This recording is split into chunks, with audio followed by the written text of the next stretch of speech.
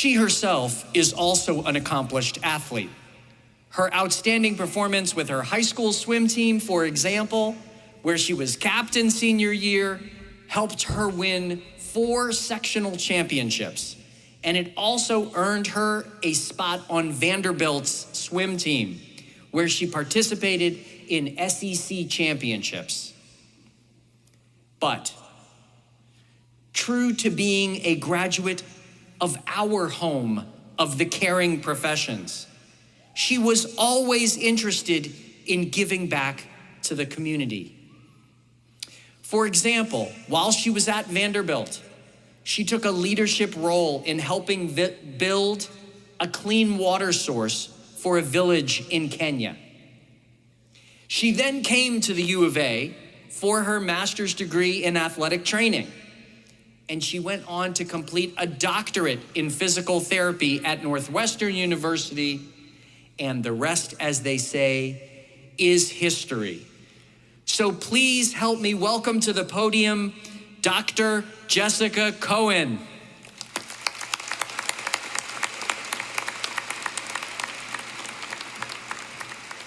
Good afternoon. Thank you for having me here today. I haven't been back since I graduated, and it's been great to see campus and see how everything's evolved and changed over the last few years.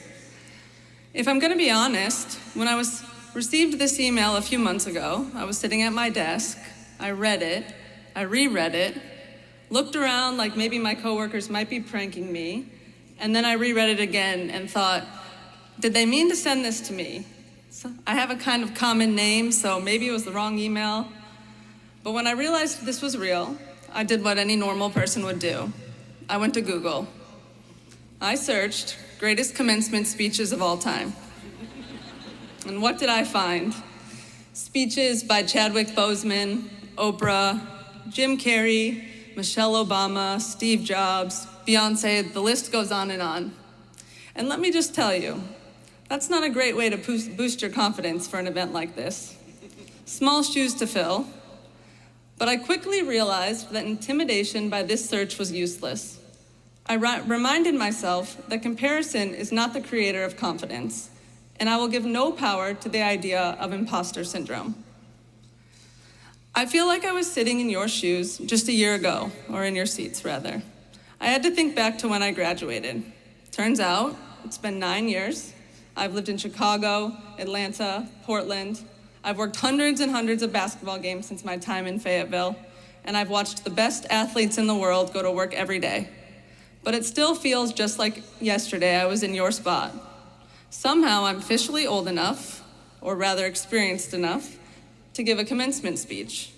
And I never thought that this would be a milestone I would consider in my adult age, but I'm truly honored to be here, so thank you for having me.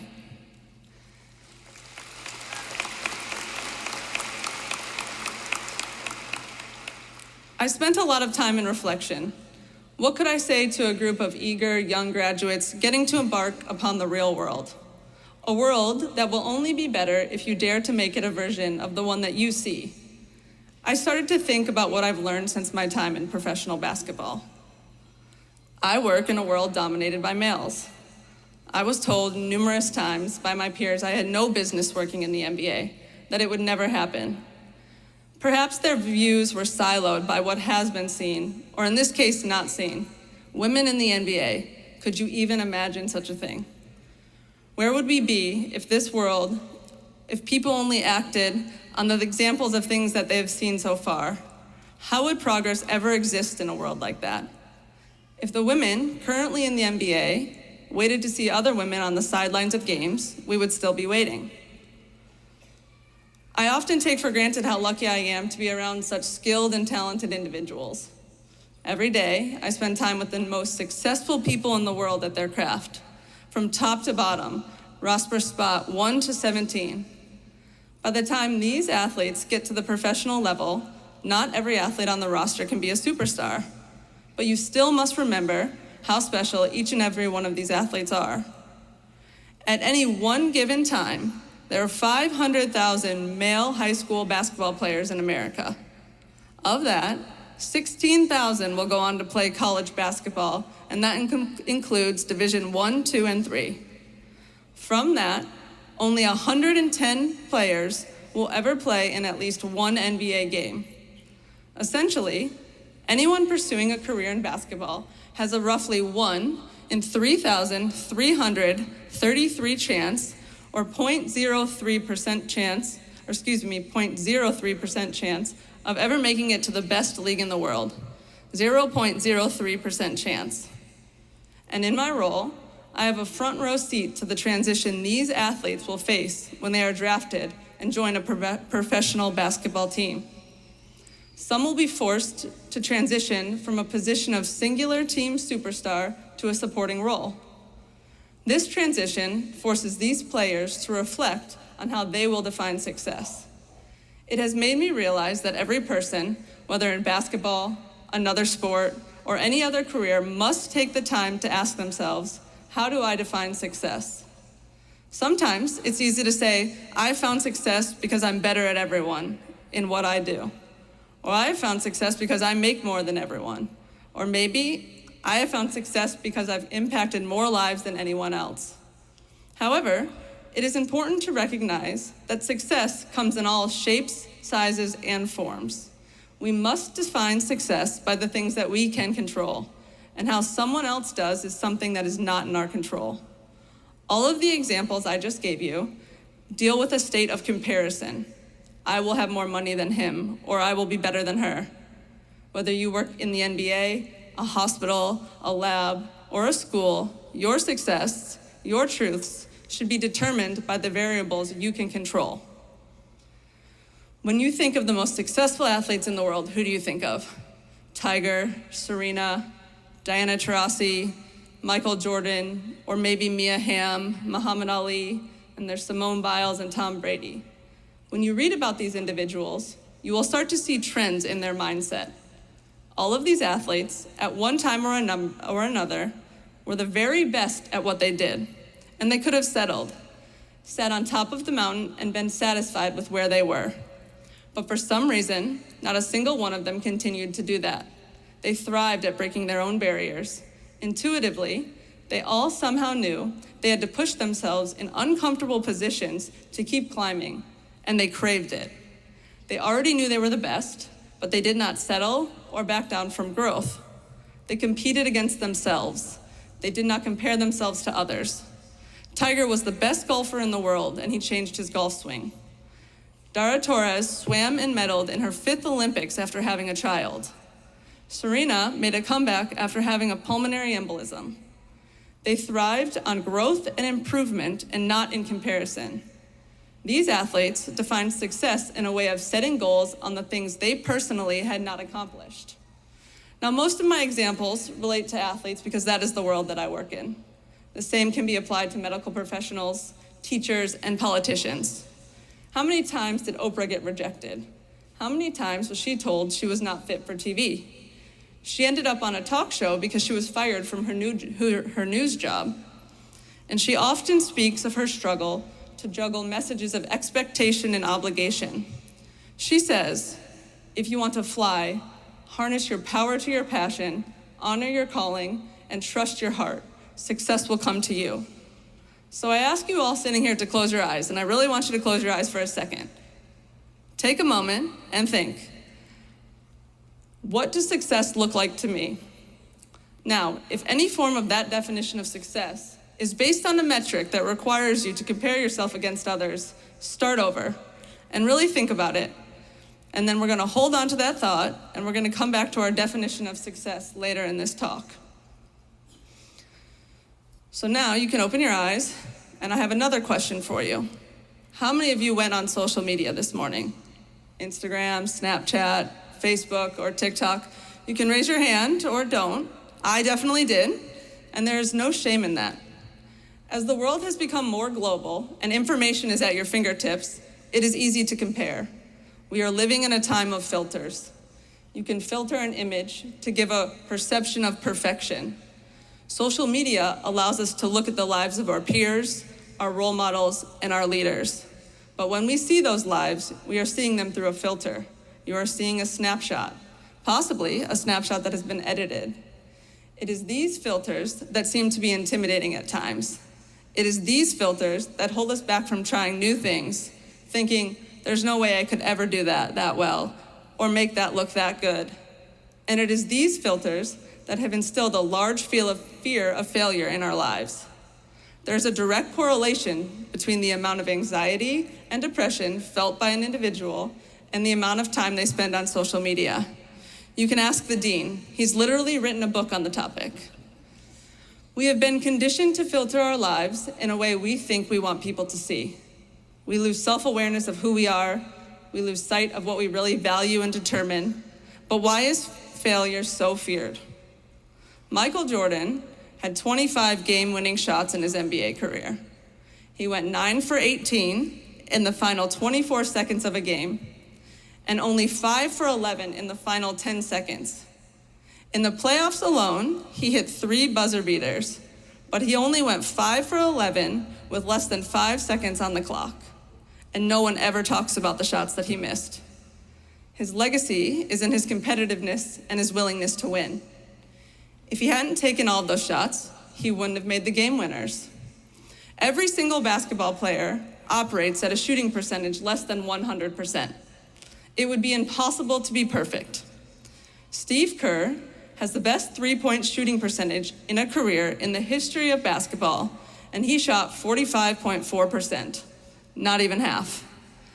Kyle Korver has the best single-season three-point shooting percentage at 53.6%. Barely over half. So author Brené Brown has a quote that touches on owning who you are. You either walk inside your story and own it, or you can stand outside your story and hustle for your worthiness. Our time here is limited. Don't waste it in comparison and fear. If you were born to be a lineman, don't mask it and try to be a quarterback. Embrace who you are and don't be scared of it. We aren't born with fear, but almost immediately our environment affects how we feel about situations. It affects how courageous we are. I used to always think that babies that walked at an early age were going to be the most athletic. But what I've come to find out is that babies that walk early are the least afraid to fall. Falling has not been reinforced as a scary thing. Falling doesn't equate to failing. So give yourself grace. And don't limit yourself because you're scared to fail. Fail so you can grow. Fall so you can land outside of your box. And fail so you can pave a new path, zigging instead of zagging. Now don't misunderstand me. Not all failure may be good. Being reckless may not lead to prosperity, but there is no prosperity without an attempt. And being risk adverse will never allow you to maximize your success. Because with risk, there is reward, but there is also failure. And when you fail and fall down, get back up. Learn from your mistakes. Don't mask your mistakes with a filter. And if you don't fall, you don't grow. And just maybe, if you don't take the leap, you don't get to where you were meant to go. An average definition of success is a safety net for mediocrity. Sometimes it's not about the final product, it's about the journey. In basketball, you execute a play. And when it's done properly and the ball doesn't go in, it doesn't mean it was a failure. Believe it or not, when a basketball player trains, there are good misses. I first worked basketball when I was a student here. I worked women's basketball in 2011, 2012. And one of the assistant coaches would always say, "Good miss," or "Great miss," "Way to miss long." And I would sit there and think to myself, how is there such a thing as a good miss? That makes no sense. But it is through repetition of shots, the muscle memory of good shots, that gives you the confidence to take the last shot. I was told that if I was lucky, maybe I could get sports experience at the local high school. I smiled and said, maybe, we'll see. Didn't really think about it much and kept moving. Maybe I was naive, maybe it was dumb luck. But I felt I was always going to be in the NBA, and I thought I had no reason to stop trying. But it didn't come without failure. I interviewed for more than one NBA job before I was hired in Portland. I was told no on more than one occasion, and I learned from those experiences. I improved on what I was told I was lacking, and I kept trying. I took courses, I expanded my knowledge base, I called NBA teams all around the league asking to shadow and volunteer. And now, nearly 10 years later, I'm the head athletic trainer of the Portland Trail Blazers. I've had people reach out to me and apologize for doubting me, for thinking that I was crazy. And I had forgotten about so many of those doubts. But when someone doubts you, use it as fuel and keep moving. So, I want you all to close your eyes just one more time. If you had no fears in this world, how would you define success? If your definition of success has changed from a few minutes ago, you need to continue to remind yourself that dreams have no barriers. Whatever you just came up with, do that, accomplish that. And with hard work and a little faith, there should be no fear or shame in chasing your success. And along your journey, remind yourself of the benefits of failure and be resilient. Keep taking the next shot and be prepared for any situation. Don't stop climbing. How many last-second shots did Michael Jordan make? And how many did he miss? No one cares how many he missed, because that is not how he will be remembered. Similarly, you will be remembered by the successes you had along your journey. Successes you may at one time or another been uncomfortable striving for.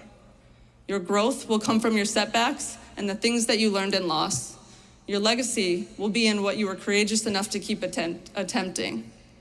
And if you get stuck, if you get in a rut, think about helping someone else. Help them grow. When you take your thoughts outside of yourself and serve others, you will see growth and greatness that is infectious. Before you know it, you are thriving in ways you never knew you could. Everyone sitting here today has already committed to working in a field that requires caring for others, helping others. You are all going into caring professions. You are steps ahead of others because you have dedicated the last few years of your life to helping others, whether it is in health or in teaching. So if you find yourself struggling to find your definition of success or your purpose, commit to being great every day at helping those around you, and you will flourish and you will prosper. So to the class of 2022, as you leave here today and start the next chapter of your life, always remember these three things. Success is how you define it, embrace failure, and always remain as resilient as a Razorback. Congratulations.